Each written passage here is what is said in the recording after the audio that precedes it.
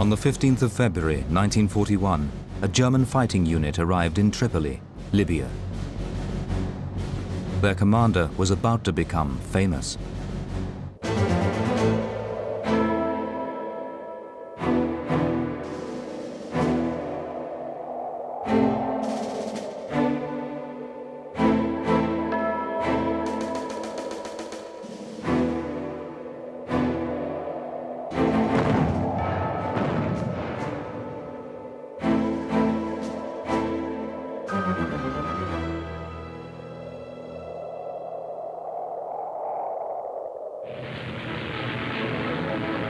Soon, millions were familiar with these early pictures from the North African theatre of war.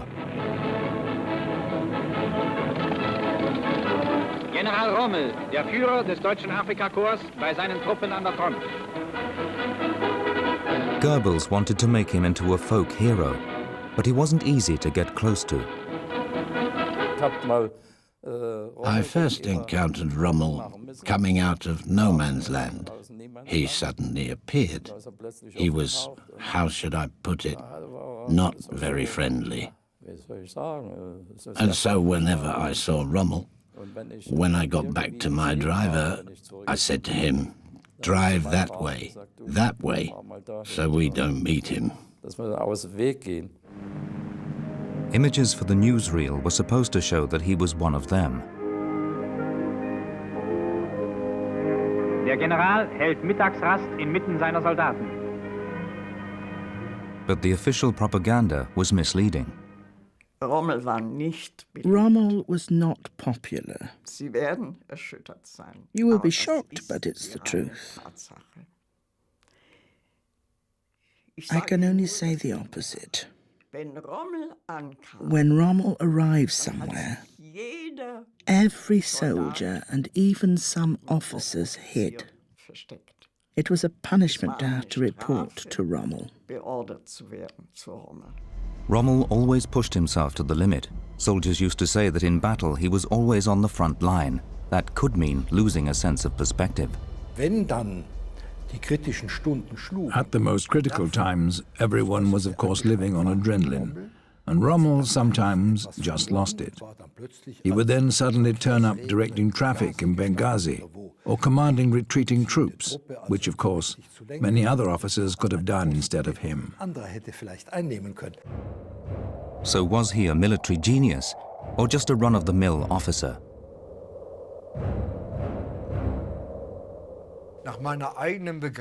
Based on my own limited experience, I'm convinced that in this last war, there was a large number of German generals who could have done a similar job to Rommel, or perhaps even better. In spite of this, he became the most popular German general of the Second World War, and a legend. Rommel was born on November the 15th, 1891, at Heidenheim an der Brenz. He was the third of 5 children.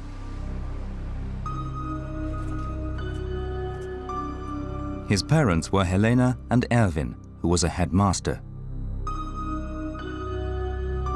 He was christened Johannes Erwin Eugen. As a boy, he was deeply impressed by the Zeppelin works at Lake Constance and wanted to become an aircraft engineer. But his father sent him to join the army. By the age of 20, he was a lieutenant. Rommel trained infantry cadets in Weingarten, a small town in southern Germany. The young officer had a girlfriend, Walburga Stemmer. In 1913, she got pregnant. He wrote Walburga, my grandmother, a letter when she was pregnant and said to her that he was saving to pay off all his debts. And then they could get a little home together. And it all had to be perfect, he wrote. He called her my little mama. In December 1913, an illegitimate daughter was born, Gertrude. The officer had to choose between his military career and marriage. 2 months after his letter, when he said they would get the flat and they would stay together, 2 or 3 months later, she got another letter explaining that he couldn't marry her. In August 1914, the First World War had begun. Rommel wrote to his sister, "If I die, I have only one wish, and that is to know that poor Trudel and Walburger are looked after. I love them more than I love myself, and I want to make up for what I have done wrong before."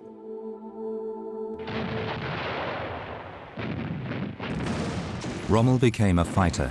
He was always in the thick of things and was wounded many times. He was promoted and decorated. In October 1917, he was at the Isonzo front in Italy. The highest German medal, Pour le Mérite, had been reserved for the capture of Mount Matadure. Rommel wanted it. At the head of his men, he stormed to the top of the Matadure, but somebody else got the medal. Rommel felt robbed of his prize. He handed in a complaint. He had to wait for weeks before hearing that it had been upheld. The fear of being overlooked would pursue him all his life. Before the war ended, Rommel had married another woman, a former girlfriend, Lucy Mollin. After the defeat and the Treaty of Versailles, the German army was limited to 100,000 men. It was a bad time to be a soldier. Rommel gave up thoughts of a glorious career and opted for service at a provincial garrison instead of general staff training. He wanted to be with the troops. In 1929, he became a lecturer at the infantry training school in Dresden.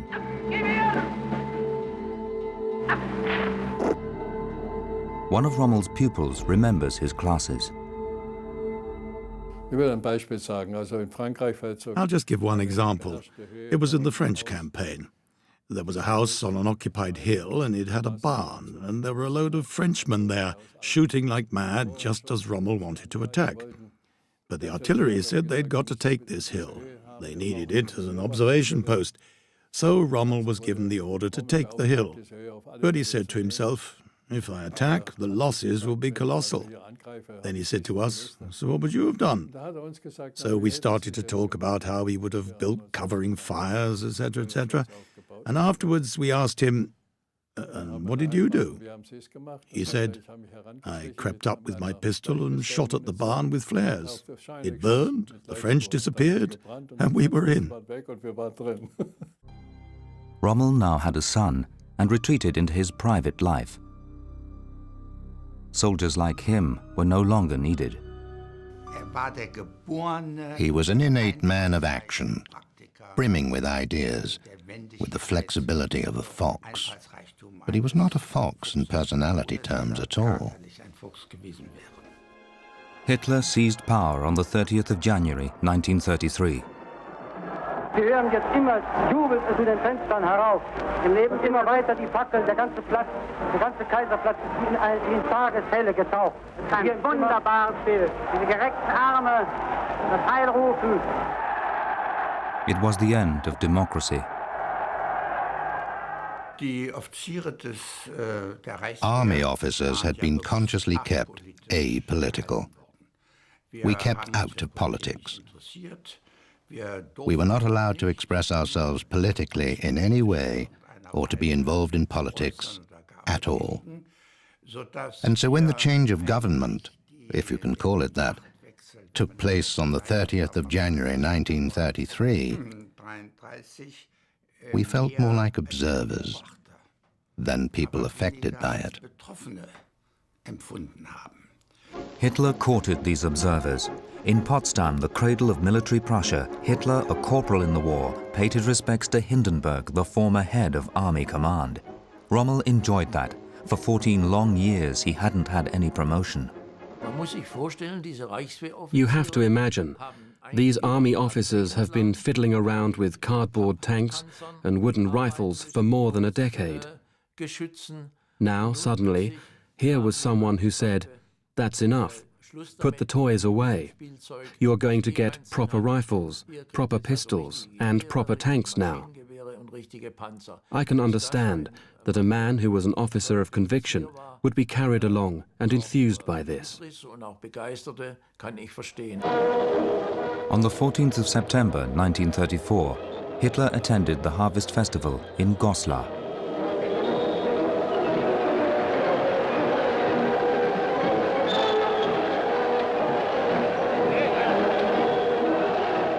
The newly appointed head of the garrison, Erwin Rommel, presented his troops. It was the first time he'd met Hitler in person.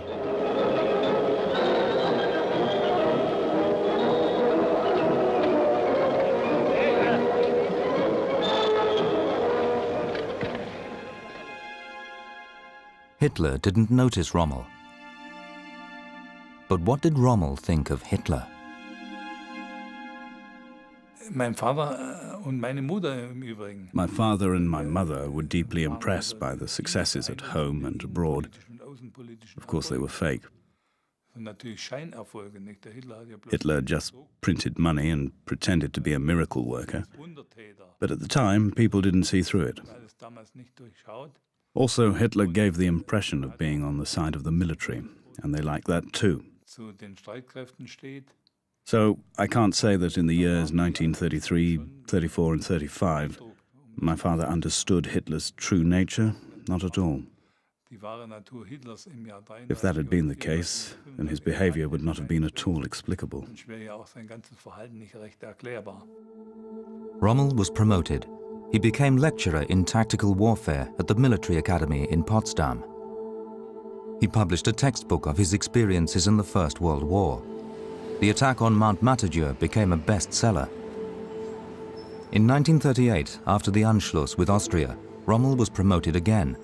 He became head of the military academy in Wiener Neustadt. The terrible aspects of the regime had become apparent here, too.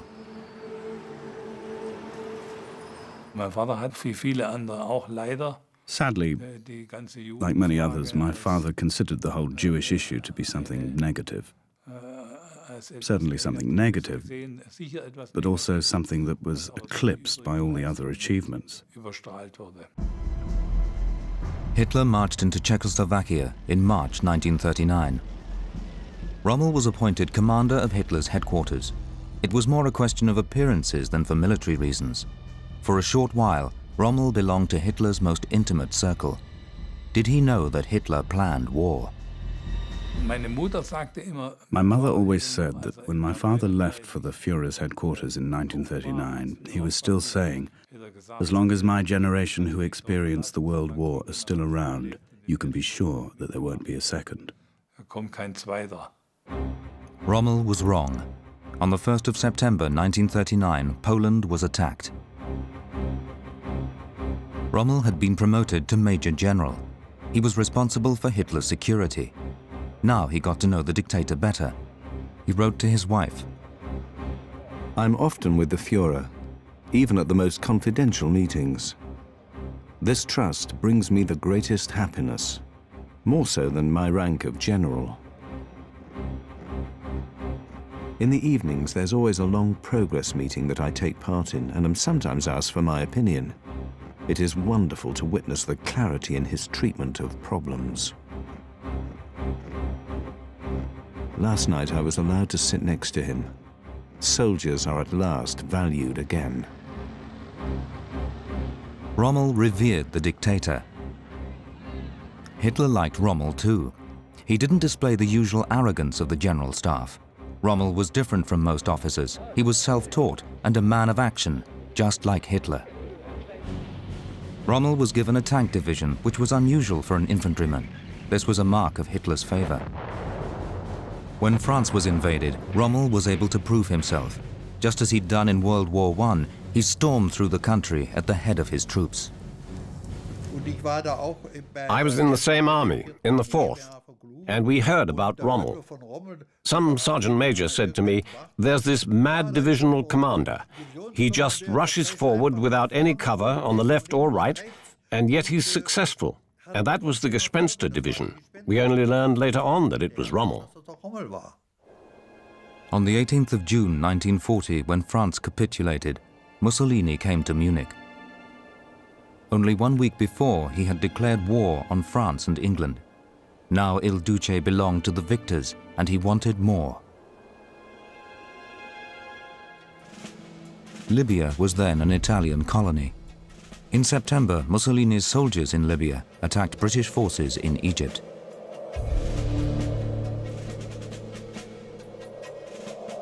The Desert War began.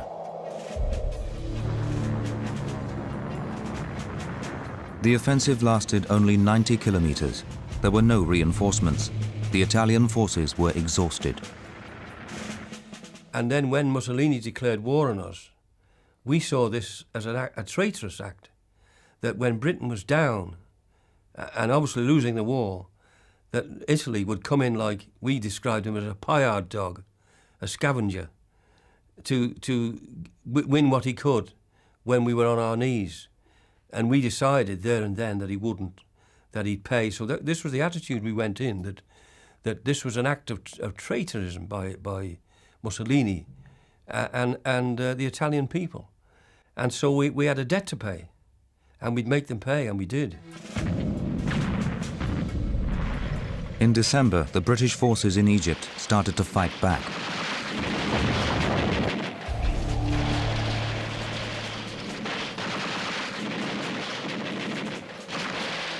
Within 8 weeks, the Italian army in Libya was destroyed. The colony appeared to be lost. Mussolini asked his ally for help.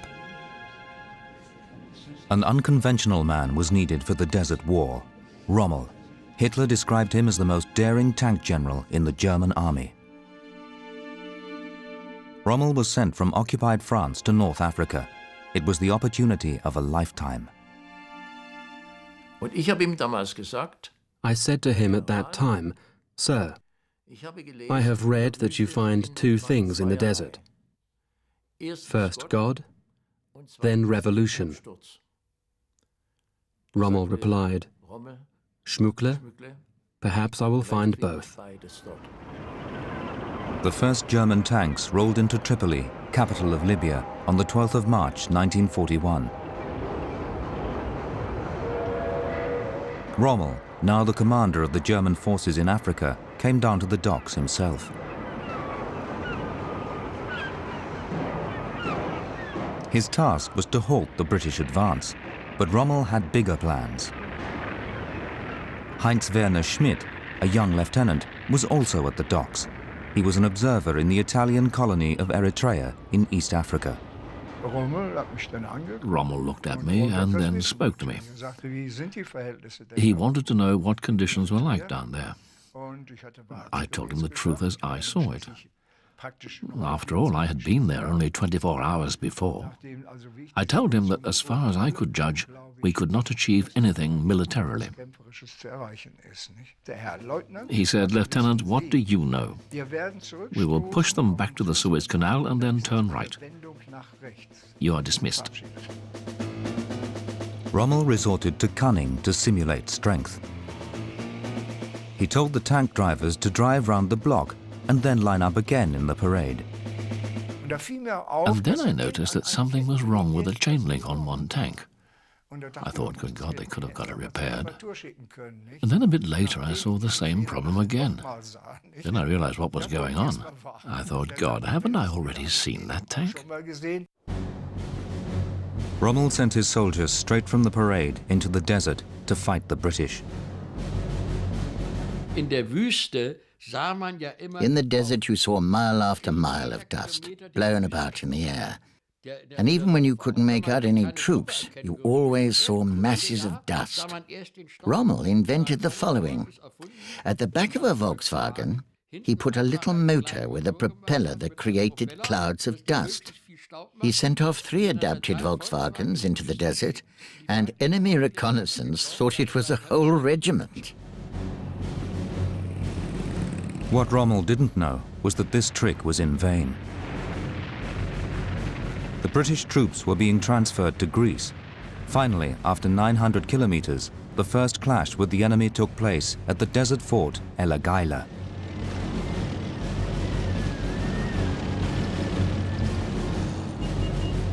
Lieutenant Winrich Baer led the shock troops.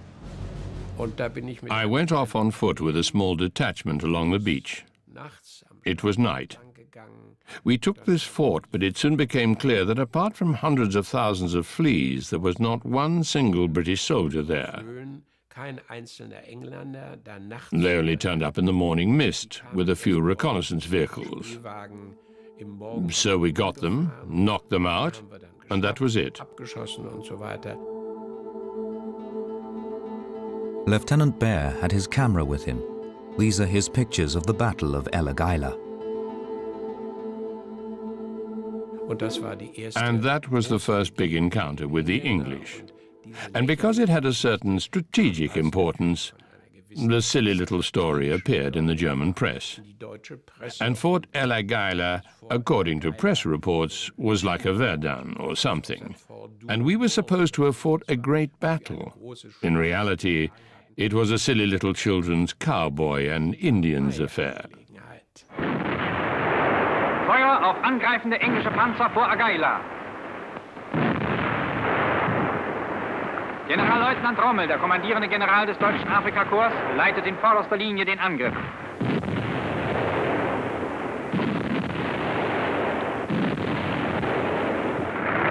Deutsche Panzer stoßen vor. Angriff auf Agheila. Rommel appeared at the center of the production, although he didn't actually fly in until the following morning. Agheila ist zurückerobert. Die deutsche Flagge weht über dem Wüstentor. Rommel himself was not against being used increasingly for propaganda. If a cameraman came and took pictures, he didn't mind. He didn't mind being photographed. Rommel became the star of the newsreels. Die Stellungen werden sofort gegen englische Gegenangriffe gesichert. Rommel would sometimes pose. If he noticed a cameraman who wanted him in profile, he would thrust forward his forceful chin and hold the pose for a few seconds to give the photographer time. Now he could no longer be overlooked. The myth was being created. We actually noticed it properly on holiday. People only wanted to know about Rommel. Do you know Rommel? Did you see Rommel? It was mad. Everything was Rommeled. Weiter geht der Vormarsch nach Osten. Nächstes Ziel Benghazi. The following year, Rommel's victorious journey was immortalized on celluloid. Trotzdem wir dem Engländer an Zahl weit unterlegen waren, griffen wir bei Michili am 6. April 1941 an. Ja, wir stießen sogar mit Teilen unserer Streitmacht gleichzeitig nach Derna, um dort schon die Küstenstraße im Besitz zu bekommen und dem Feind den weiteren Rückzug aus der Cyrenaica zu verlegen. In just 2 weeks, Rommel recaptured Cyrenaica and advanced right up to the Egyptian border. There was only one place he couldn't take: Tobruk. Now, what surprised me on the 10th of April when the Germans made the first attack, they hadn't really done any reconnaissance. The only reconnaissance they could have done was with binoculars, and you can't do good reconnaissance with binoculars because you can't pick out the ground or what's on the ground. You can only see objects on the ground, you see. You can't see minefields and places.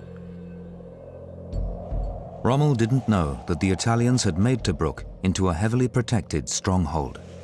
126 perfectly camouflaged bunkers, wire entanglements, minefields and tank traps surrounded the harbour town. Now the British elite troops were lying in wait for Rommel. Without realizing this, the first German soldiers pushed forwards against the stronghold.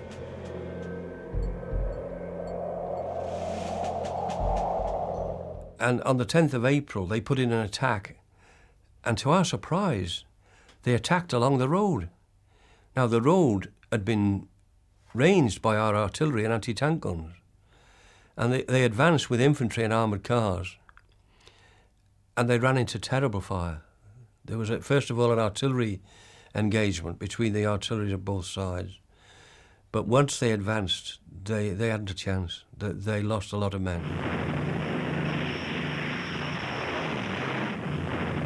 Rommel wanted Tobruk at any price.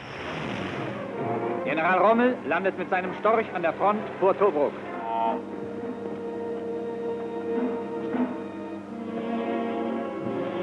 General Rommel gibt Befehl zu neuem Angriff. For 4 days, his soldiers attacked the fortress. But it was hopeless.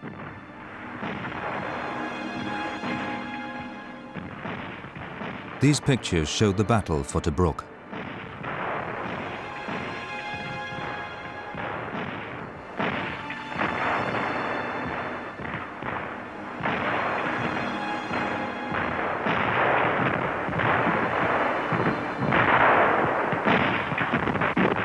I felt at times that with his eagerness to go on and go on, that he took unnecessary risks.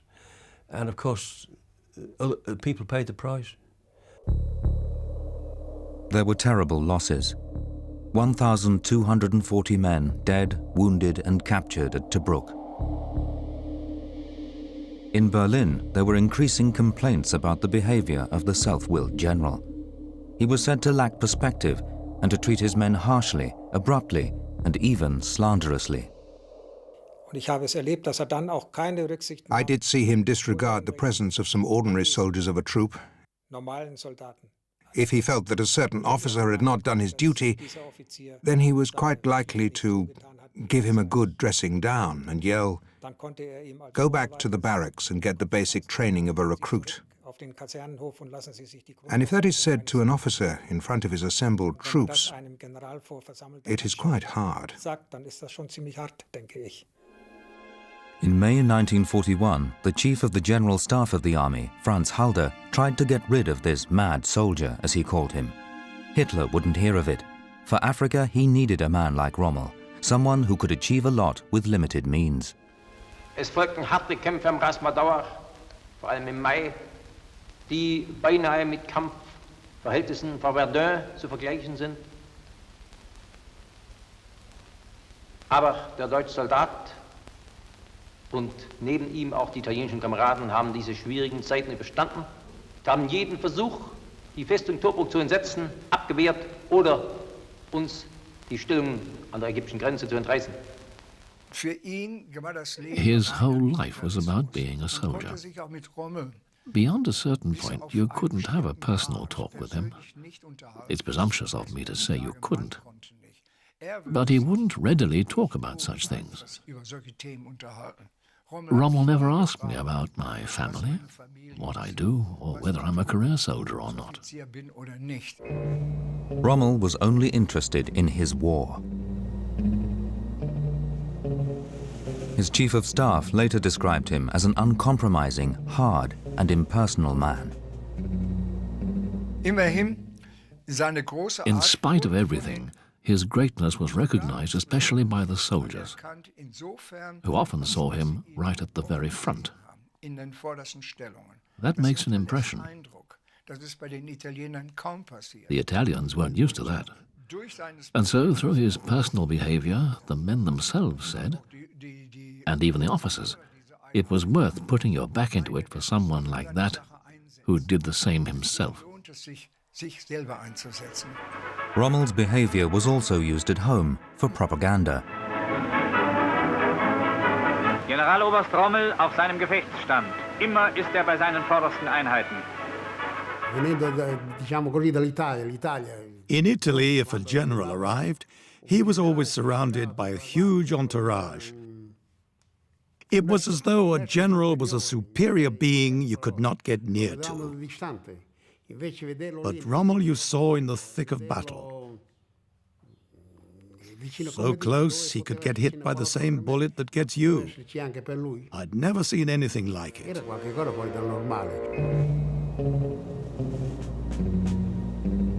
Even the enemy was impressed by his courage. When we spoke about the Italians, we spoke about the Italians. When we spoke about the Germans, it used to be the Jerrys. But very soon we adopted the phrase, when we spoke about the Germans, we just said Rommel. At daybreak on the 18th of November 1941, British troops broke out of the Tobruk stronghold. This marked the start of the British counter-offensive. 3 weeks later, Rommel had no choice but to retreat. Es ist mir dieser Entschluss bitter schwer gefallen, Tobruk freizugeben, das wir nun über ein halbes Jahr belagert hatten, und vor dem Feind zu weichen. Und man macht sich keinen Begriff von den Schwierigkeiten, die ich damals hatte, Schon deshalb, weil ein großer Teil meiner Truppen gar nicht motorisiert war. 9 months later, the tank group Africa was back where its advance started, in Alageila. The German interlude in Africa seemed to be over. The way in which he had completely routed the forces there in his first advance towards Tobruk had, of course, made everybody think he was a remarkable man. And his victory at this battle in May made everybody very feel that he was a brilliant commander. But I don't remember people talking about him as if he was some wunderkind. On the 5th of January 1942, for the first time in a long while, a sea convoy arrived without any losses, bringing with it 54 new tanks. Rommel again pressed ahead successfully. On the 29th of January, Benghazi was taken by the Germans for the second time. From a military viewpoint, it was an insignificant victory, but it was urgently needed by Hitler, who spoke the next day at the Berlin Sportpalast.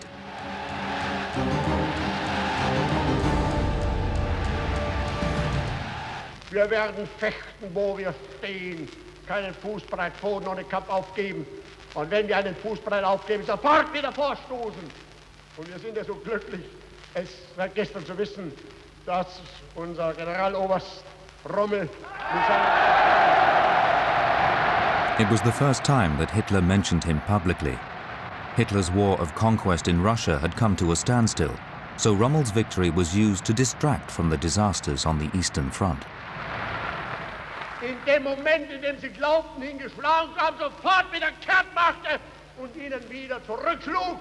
Es ist kein Zweifel, dass Rommel... There is no doubt that Rommel was exploited by Hitler and Goebbels as a hero figure, and also that, if I may be critical, he did not object to that. Auf dem Flugplatz des Führerhauptquartiers. Generaloberst Rommel trifft aus Afrika ein. Dearest Lou, isn't it wonderful that I am able to serve the Führer, the people, and the new idea? Your Erwin. Der Führer überreicht Generaloberst Rommel als 6. Offizier der deutschen Wehrmacht das Eichenlaub mit Schwertern zum Ritterkreuz des Eisernen Kreuzes. In the East, Hitler was waging a war of annihilation. Rommel didn't yet know about the mass killings of Jewish men, women and children behind the front. His theatre of war was far away. There's one thing I have to emphasize, and I say this with great respect and great responsibility. The little I saw of the Africa Corps, there was never any reference or any hint that they were anti-Jewish. Rommel was a soldier. Hitler's racial mania was something he refused to accept. In May, he started to advance again, intending to take Tobruk. Bir Hakeim was in the south of the British position at Gazala. 3,600 soldiers were entrenched here. The French had joined the British under General de Gaulle. Among them were members of the Foreign Legion. There were Poles, Yugoslavs, Serbs, Croats, and even Austrians. There weren't many Austrians. They joined the Foreign Legion after the Anschluss. They did not accept Hitler's annexing their country, and so they joined us. The news of the German and Austrian Foreign Legionnaires got back to Hitler's headquarters. On the 9th of June, Rommel received an order. The Führer has ordered that these should be treated extremely harshly. They are to be mercilessly killed.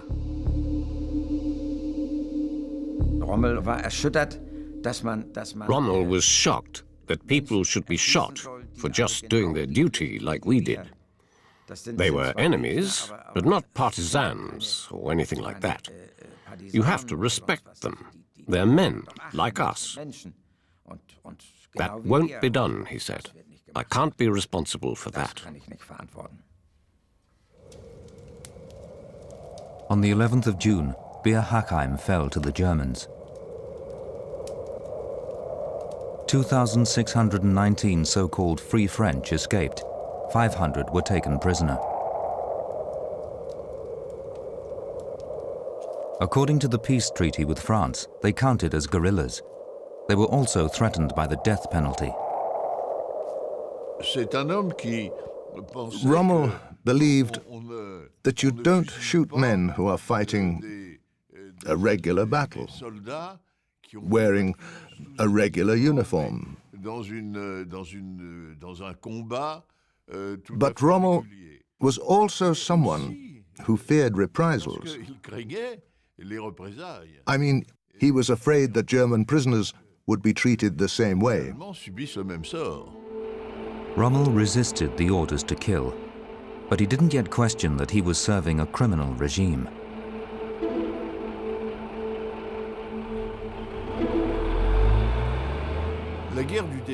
The Desert War was really a war without hate. It was his good luck that his image was built up in Libya. He owes his reputation to Libya. His reputation as a great general, but also his reputation as a man who succeeded in waging a clean war.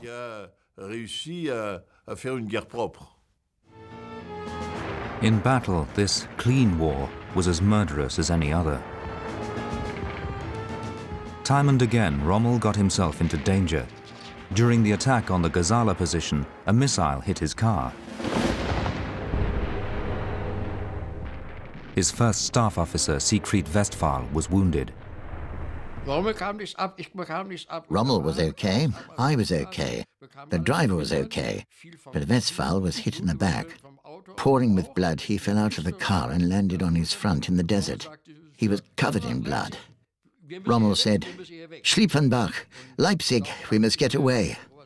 I thought to myself, you can't just leave the colonel lying there. I said to Leipzig, "You take the field marshal back." I don't know how to say it. I was ambivalent. I could understand that Rommel couldn't stay. It was much too dangerous. On the other hand, I was a bit shocked that he had not told me to deal with Colonel Westphal. I was somewhat shocked that he expected me to drive away with him and leave Westphal there. Schlippenbach saved Colonel Westphal. 3 days later, Rommel met the man he believed dead. And Rommel was very surprised to see my father again and said, "Oh, I thought you were dead."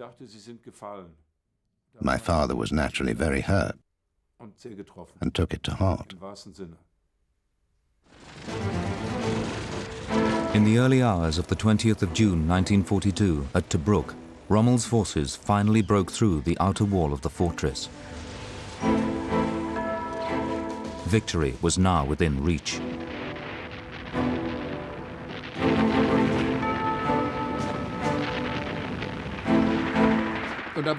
Then they started firing on us relentlessly. Rommel said, "Idiots, why are they firing at us? Schlippenbach, drive up and tell them to surrender. Tell them Tobruk has already surrendered." Of course, it wasn't true. I thought it was a suicide mission, but drove on up. Then there was some cover. I crawled on further and called out, "Surrender, surrender, the war is finished. The war is finished. Surrender, surrender." And that was the only English I knew. Of course, they had no intention of giving up and carried on shooting. So we crawled back only to find Rommel's whole staff had disappeared. I was rather pissed off. I got depressed about it, thinking, well, Schlippenbach, he doesn't care at all what happens to you. He orders you to drive up there. They're supposed to surrender. And then he drives away.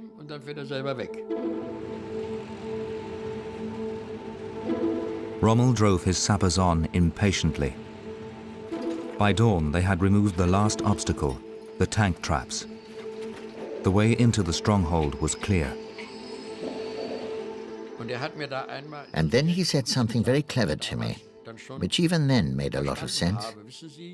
Do you know, if you are the leader of an army and have responsibility for thousands of lives, you can't get involved in an individual's fate. If you do, you take your eye off the ball, and you can't manage the responsibility if you worry about one man's fate. I found that very illuminating.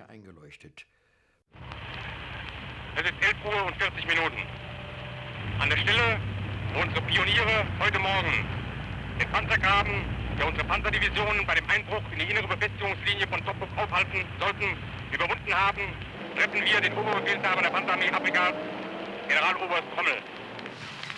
Herr Generaloberst, darf ich gehorsam bitten, zu den bisherigen Erfolgen vor Tobruk und zu den Operationen hier kurz ein paar Worte zu sagen. Nahezu 4 Wochen Hammerkämpfe liegen hinter uns. Aber sie waren nicht bloß hart, sondern erfolgreich. Außergewöhnlich erfolgreich. Heute krönt die Truppe ihr bisheriges Werk durch Eroberung der Festung Tobruk. Mag der Eis verfallen, der Sieg der Nation ist sicher. Und da kam I think it was on the 11 o'clock news or sometime. We heard that Rommel was being promoted to Field Marshal. And so Gunther or I, anyway, one of us decided to wake the old man and tell him, because he was already asleep. So we went and woke him and said, "We're very pleased to say you have been promoted to Field Marshal." And Rommel had really been asleep. He was able to lie down in the car when he could, and within 10 minutes he would be asleep. He would fall asleep, have a little nap, and be quite refreshed. Anyway, he sat up for a moment and said, "Yes, thank you very much. But the war goes on."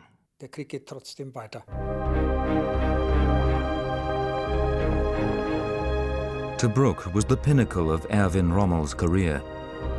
What he didn't know was that same day, he lost the war in North Africa.